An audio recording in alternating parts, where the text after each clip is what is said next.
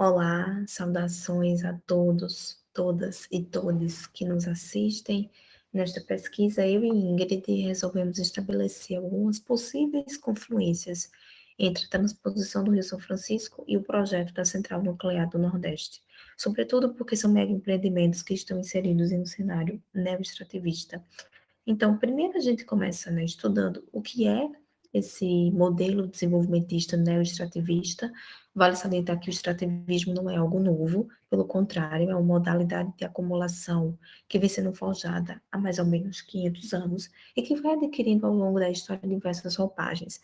Até que hoje, né, a gente acha por bem chamar de neo-extrativismo, mas não tem nada de novo, tá?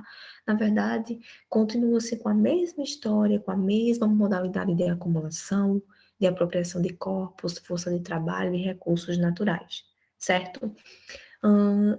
Na verdade, a gente continua com aquela mesma ideia de que existe a metrópole, né, o centro de poder, o centro de capitalismo nascente, cujas necessidades eram sempre supridas a partir do extrativismo, da rapina,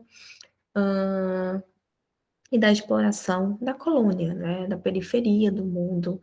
Então, essa relação, ela continua, ok? E isso está relacionado ao modo de acumulação extrativista, que está relacionado ao colonialismo e que, por fim, está relacionado ao próprio modo de ser da economia mundial capitalista, tá? Que começou a ser estruturada a partir da conquista e da colonização da América, da África e da Ásia. Entre as tantas práticas predatórias neo-extrativistas, a gente destaca os mega empreendimentos. Mega empreendimentos são projetos em larga escala, tá? Que são pautados por capital privado, né? Ou seja, são financiados por agentes privados, com consentimento ou anuência estatal. O que acontece é que esses mega empreendimentos eles não levam em consideração a sustentabilidade socioambiental e também não levam em consideração questões relacionadas à justiça ambiental. Muito pelo contrário. Eles afetam de maneira violenta, sobretudo as populações mais vulnerabilizadas socialmente, porque invadem os territórios dessas populações, né? Porque impedem que os modos de ser, viver, existir e pensar dessas populações continuem a existir. Então, são megaprojetos que causam uma ruptura, principalmente quanto à pluralidade e à diversidade dos povos e das pessoas. Quando a gente trouxe a transposição do Rio São Francisco e o projeto da Central Nuclear do Nordeste, estamos diante de dois megaempreendimentos que, primeiro, a transposição já está em andamento há pelo menos 14 anos, e o segundo, o projeto da Central Nuclear do Nordeste, ele pode acontecer, está na iminência de acontecer e de ser implantado. Na verdade, aqui a gente tenta fazer um alerta, porque se tratam de mega empreendimentos forjados em um cenário neo-extrativista de exploração e que vêm afetando e podem afetar sistematicamente aquelas populações mais vulnerabilizadas, tá? Então, essas obras, devido ao seu impacto e à sua magnitude, elas vêm provocando e poderão provocar efeitos devastadores sobre a vida e a autonomia de grupos de pessoas, principalmente de comunidades tradicionais, historicamente vulnerabilizadas.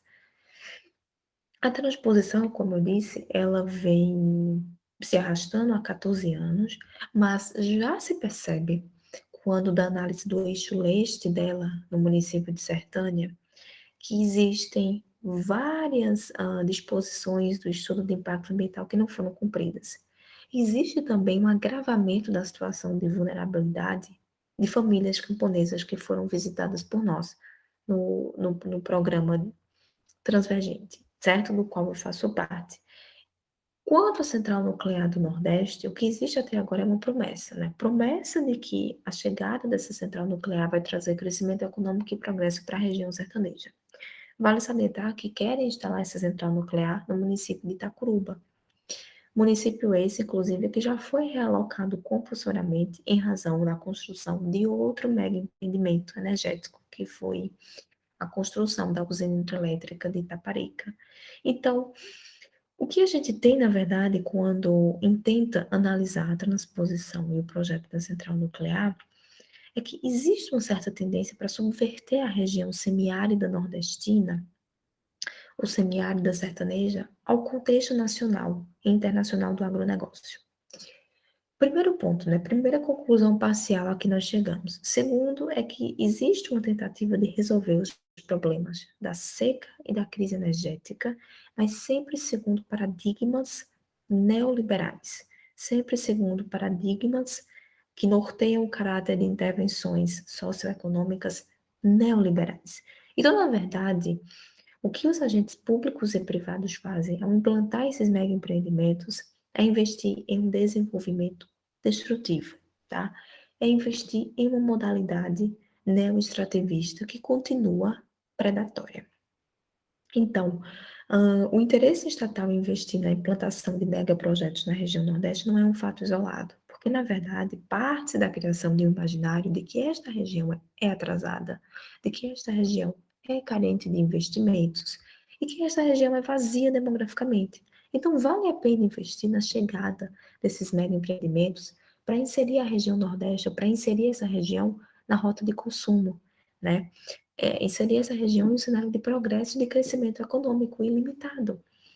Na verdade, os microempreendimentos se alimentam dos estigmas da seca e da miséria, mas o que acontece, um grande problema, é que agravam a situação de vulnerabilidade já vivenciada por populações tradicionais.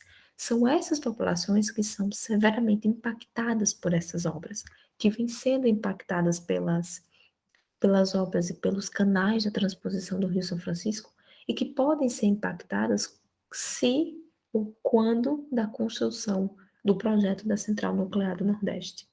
Isso porque essas populações elas estão envoltas por um manto de invisibilidade.